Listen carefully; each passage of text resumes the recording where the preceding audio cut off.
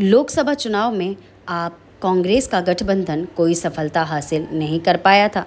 इसके बाद अब हरियाणा विधानसभा चुनाव में दोनों दलों के हाथ मिलने की खबरें आ रही हैं। इसकी सुगबुगाहट सोमवार को हुई कांग्रेस की केंद्रीय चुनाव समिति की बैठक के बाद से शुरू हुई। कांग्रेस नेता राहुल गांधी ने अपने नेताओं से इस गठबंधन को लेकर राय मांगी है। हरियाणा के पूर्व मुख्यमंत्री भूपेंद्र सिंह हुड्डा आपको 3 से 4 सीटें देने पर सहमत बताए जा रहे हैं। वहीं हरियाणा में कांग्रेस से गठबंधन की खबरों को आपके राज्यसभा सांसद संजय सिंह ने स्वागत किया है। हरियाणा में कांग्रेस से गठबंधन के सवाल पर संजय सिंह ने कहा कि उनके इस बयान का मैं स्वागत करता हूं। निश्चित रूप से बीजेपी को हराना हम सब की प्राथमिकता है। उनकी नफरत की राजनीति, उनकी जन विरोधी, किसान विरोधी, नौजवानों के खिलाफ बीजेपी की नीति और महंगाई को लेकर हमारा मोर्चा है। निश्चित रूप से उनको हराना हमारी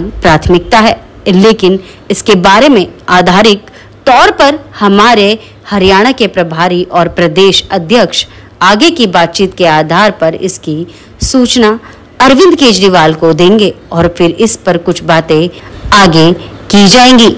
आइए सुनते हैं क्या कुछ कहा संजय सिंह ने।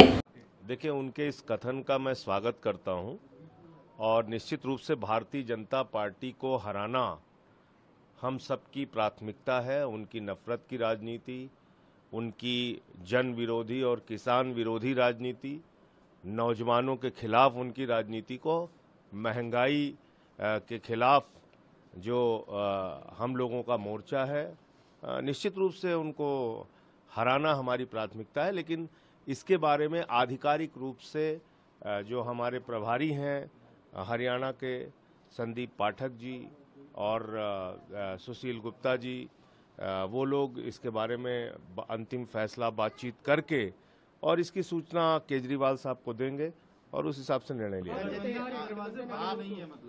मैंने कहा कि आपने उनके एक वक्तव्य का जिक्र किया, लेकिन इसके बारे में कोई भी फैसला जो हमारे हरियाणा का संगठन का काम और चुनाव का काम जो लोग देख रहे हैं वो केजरीवाल जी की सहमति से लेंगे। सवाल ये है कि राष्ट्रीय स्तर पर संगठन के लिए आप सक्रिय हैं, इंडिया अलायंस में आप सक्रिय हैं, ऐसे में ये हरियाणा के चुनाव से संबंधित बात है, ये लोकसभा चुनाव से संबंधित बात नहीं है या ऐसे किसी राज्य से संबंधित नहीं है जहां पे मैं प्रभारी हूं। तो जो लोग संगठन का, पार्टी का एक काम करने का तरीका होता है, वहां प्रदेश अध्यक्ष सुशील गुप्ता जी हैं, वहां के संगठन का काम संदीप पाठक जी देख रहे हैं, इसके अलावा पार्टी के राष्ट्रीय अध्यक्ष हैं।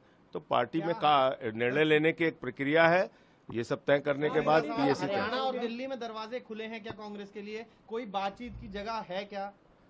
अब आपने एक सूचना दी है, उसके बारे में और जानकारी लेके तब बताऊंगा। लेकिन अलायंस से फायदा होगा, फायदा हो सकता है, अलायंस से फायदा होगा।